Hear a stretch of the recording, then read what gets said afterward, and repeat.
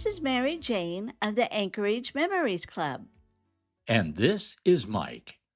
In this edition, we're looking at Echoes of the Past, the old Anchorage sports arena, the joy of ice skating, hockey matches, and unforgettable concerts.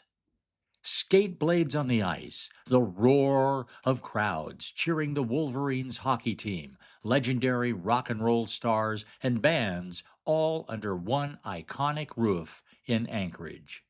From its debut in 1965 and into the late 1970s, the Anchorage Sports Arena, located at 100 West Fireweed Lane and A Streets, wasn't just a building. It was a big part of the Anchorage entertainment scene. It was the place where bone-rattling indoor hockey, ice skating, electrifying concerts, and the unforgettable, larger-than-life drama of big-time wrestling came alive. Until the sports arena, you could skate outdoors all over town, but there wasn't an indoor skating venue to be found. When the sports arena opened its doors, it became the original home of the Wolverines, Anchorage's semi-pro hockey team. Even KIMO TV, Channel 13, now KYUR, got into the game by broadcasting Wolverines hockey live from the sports arena. In the 1970s, KTVA Channel 11 broadcast a show called Big Time Wrestling. The program was produced in another state and broadcast in Anchorage on videotape. Big Time Wrestling stars included Bobo Brazil, The Sheik, Abdul the Butcher, Dick the Bruiser, and George the Animal Steele. Oh yeah! Because of the sports arena, Big Time Wrestling decided to come to Anchorage. Weeks before the scheduled matches in the sports arena, the stars of Big Time Wrestling, who were coming to Anchorage, began promoting their local appearance. They snarled and growled on camera about how they were going to come up and crush each other in front of the Anchorage crowd. On the Saturday night of the Big Time Wrestling extravaganza at the sports arena, I drove from the KTVA studios in Spenard to see how big a crowd would turn out at the sports arena. Much to my surprise, the parking lot was full to overflowing. It was jam-packed with big-time wrestling fans. And here's a look at some of the musical groups that performed at the sports arena. In early August of 1970, Fats Domino, you remember his recording Blueberry Hill, played the sports arena.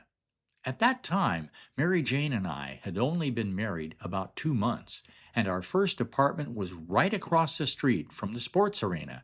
So on the night of Rick Nelson's concert, we opened our bedroom window and went to sleep listening to Rick singing, "I'm a Traveling Man." Cool. Other concerts at the sports arena included the Turtles. You remember their recording of Happy Together. They performed there in the 1960s, and Mary Jane of Anchorage Memories was on stage as a go-go girl with pace setters for the warm-up band. In 1973, Anchorage enjoyed a Johnny Cash concert at the sports arena. Santana rocked the stage in 1973. In 1975, Grand Funk Railroad headlined a show, and in 1975, Fleetwood Mac played at the sports arena. Three Dog Night, you remember Joy to the World, performed in 1975, and in 1976, Gordon Lightfoot, who recorded Sundown, played the sports arena, and America, a Horse with No Name, came to town in 1978. At the age of 4, I started ice skating. Fun places to skate included neighborhood backyard rinks, the Ninth Avenue rink, and the rink set up at my schools. In the winter of 1970, my friend told me they were offering ice skating lessons at the sports arena. So we enrolled in a 6-week course for beginners. It worked out great.